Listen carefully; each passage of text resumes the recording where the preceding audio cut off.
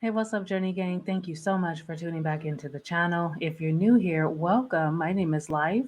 On this channel, we bridge the gap between neuroscience and spirituality. We focus on how the mind works so we can create our own reality. Now, if that sounds like you'll get down, then you're in the right place. Hang out a while, subscribe if you're feeling the vibe, and then, of course, hit the like button and comment on any videos that resonate with you. In today's video, we're going to talk about how you can stop identifying with your thoughts. Even those of us who feel like, oh my God, my thoughts run rampant, there's really no stopping them, I can't control them, even you can stop identifying with your thoughts. So I want you guys to watch this video all the way to the end. Identifying with your thoughts starts with believing your thoughts. Over time and through repetition, whether it comes from school, the newspapers, the radio, our parents, we were fed these thoughts and experiences, and it didn't matter if it was good or bad. So if you grew up in a household where your parents were happily married for 35 years, they loved each other, they cherished their children,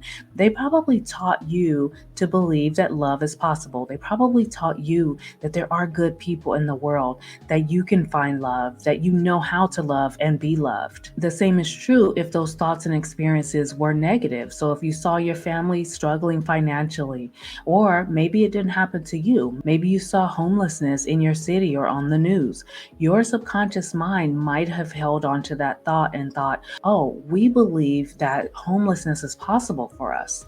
We believe that financial struggle is a thing that we can attain. So your subconscious mind's not sitting there trying to filter through what's good and what's bad. Especially when we're kids, we just absorb everything as true. Our subconscious mind is wide open. It doesn't have a gauge to say, I don't believe that or I don't accept that. So naturally, over time, you do start to believe it. And believing it for so long starts to make you identify with it. Identify with it is like, that's me. Like we've talked about before, like claiming that disease as yours, like, oh, my diabetes and my anxiety, those types of things, it's something that we identify with. Your ego mind wants to identify with something. It doesn't matter if it's quote unquote good or bad. So knowing that, we have to begin to feed our subconscious mind with things we prefer to believe and identify with. So lots of people believe in shadow work, focusing on that negative thought or experience and what I call kind of reverse engineering it, like they're trying to undo it. I don't recommend that so much as replacing the thoughts that you currently have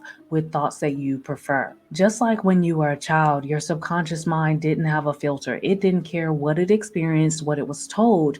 It believed everything that it was fed. Your subconscious mind is still like that. You don't have to be a child in order for your subconscious mind to change its beliefs and change the thoughts that you start to identify with. However, during our waking day, our subconscious is not so open to accepting new ideas. So the time when our subconscious mind is the most open to new ideas is just when we're waking up in the morning, when we're in between, we don't even know where we're at. You know what I mean? That time in the morning where we're just waking up, the first 10 minutes or so when we're waking up and on our way to sleep at night.